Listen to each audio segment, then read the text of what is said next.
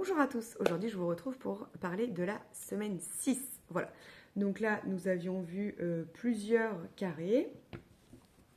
Hop, nous avons vu 1, 2, 3, 4. Donc là, ça va être l'inverse en fait de la semaine 4.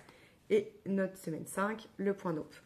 En fait, la semaine 4, nous avions vu les mailles serrées. Donc là, c'est encore des mailles serrées. Mailles serrées dans le bras avant. Et là, aujourd'hui, ce sera des mailles serrées, mais dans le bras arrière.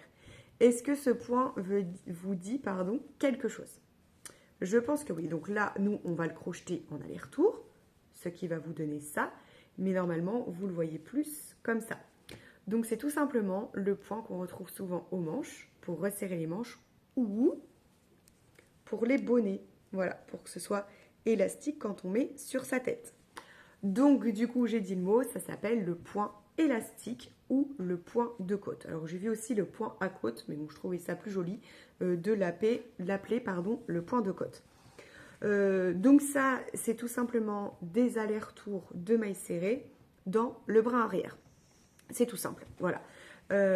Donc, je suis partie également sur une chaînette de 30, plus une émelle, et je tourne. Donc, j'ai toujours mes 30 motifs.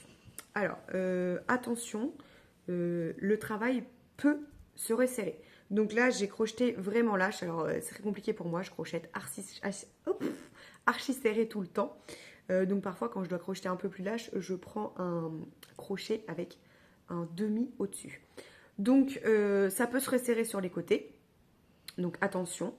Comme d'habitude, je vous conseille, vous faites votre chaînette, vous crochetez 2 rangs et vous voyez déjà un petit peu ce que ça donne. Qu'est-ce que je voulais vous dire d'autre? Alors, attention aussi là quand vous allez mesurer.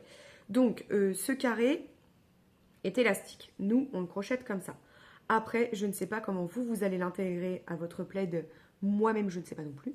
Si je vais le mettre comme ça ou si je vais le mettre comme ça. Je n'en ai aucune idée. Mais attention quand vous allez mesurer, parce qu'il ne faut surtout pas l'étirer. Parce que notre carré, en aucun cas, on le veut qu'il soit comme ça. Il ne sera pas étiré. À moins que vous souhaitez faire un point très étiré. Dans ce cas-là, vous l'étirez. Hop, je vais vous montrer par rapport à l'autre. Vous l'étirez et vous le prenez, mesurez, étirez. Bon. Moi, pour ma part, c'est un point élastique. Donc là, comme vous avez vu, je l'ai étiré.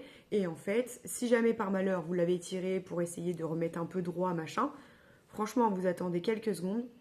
Ça va se resserrer comme un accordéon. Ça va se faire tout seul. D'où son nom, le point élastique.